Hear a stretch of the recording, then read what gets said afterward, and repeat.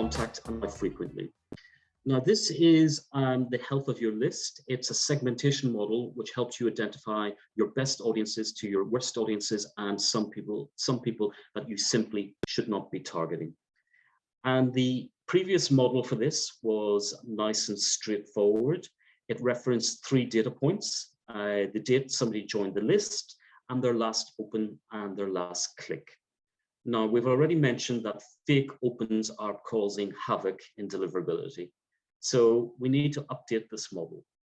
And the starting point is you will need in your project the Apple Mail segmentation model, which by referencing user agent identifies if the recipient is a subscriber to iOS 15 or not.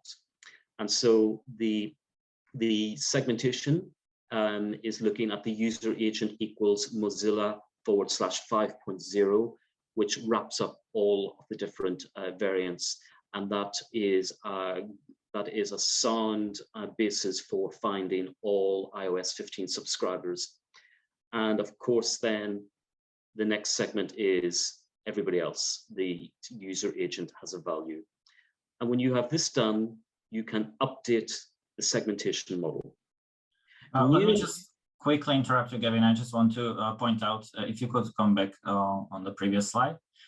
We recently updated our recommendation to only look at user agents, or basically customers opening emails on Apple Mail devices in the last 180 days, as we saw that some customers used iOS 15 devices at the end of the last year, but they are not using them anymore. So this was around 5 to 10% of customers who were previously classified as Apple Mail 15 users, but in the updated segmentation, they are classified as other email clients being used. Thank you, Mathieu. So with that Apple Mail segmentation model, you're able to update your health of list segmentation. In reality, all segments remain the same apart from active. And here we've got a non-iOS 15. And with these recipients, it's safe to continue to reference their last open date.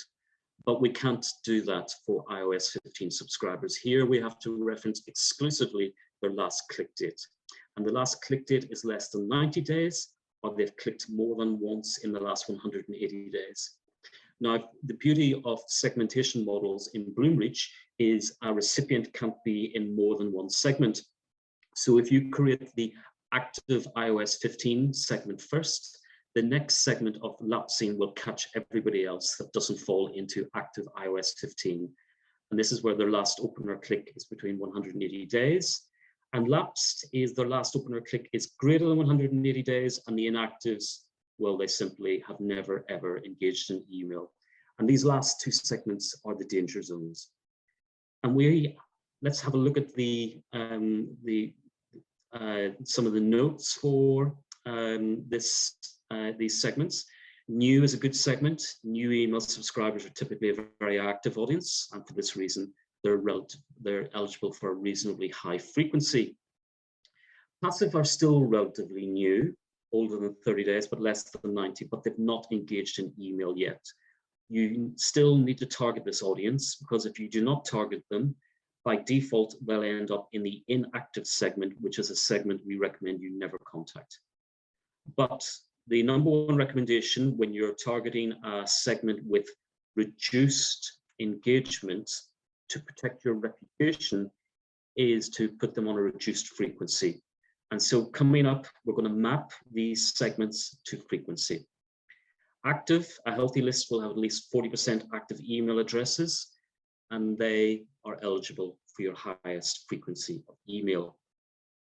Lapsing, this audience are starting to tune out. The #1 reason why recipients tune out of brands' emails is they're getting bombarded with very similar content.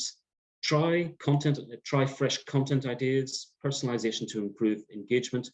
But the #1 recommendation is to move this segment to reduced frequency. In fact, when we test this, if you pause this audience, stop sending to them for 2 weeks, and bring them back on a significantly reduced frequency, that is proven to be much more successful at getting them to re-engage rather than keeping them in the normal frequency where they were. And again, it's an audience with less engagement, so this audience needs to be on reduced frequency to protect your reputation. Lapsed, well, this audience, they have reached that line in the sand. It's 180 days since they last opened or clicked an email. And if you try to contact this audience with any degree of frequency, your emails will just be passed to the spam folder and your reputation will take a hit. How long does it take for the recycled spam traps to occur? Somewhere between 180 and 270 days. So if any segment is going to have recycled spam traps, it's this one. And finally, the inactives, well, they've never opened or clicked an email. They're not contributing to any revenue through the email channel. The advice is simply do not email them. They're going to bring your metrics down, and this is evidence to the ISPs that you're spamming an audience that doesn't want to hear from you. So you're going to get a copy of this, everybody. So here we map the model, the segmentation model, to frequency. High frequency senders, that's 4 or more newsletters in the week. You can see that new and active are on reasonably high frequency. Passive and lapsing, we've turned the frequency down, and lapsed no more than 4 to 6 emails a year. That means they can receive an email on Black Friday, that's it, no more. They can maybe receive another one Cyber Monday, that's it, no more, and maybe a couple of other times during the year. And the inactives simply do not target. And this model is mapped out for high, medium frequency, so that's 2 to 3 emails per week. And it's the same methodology.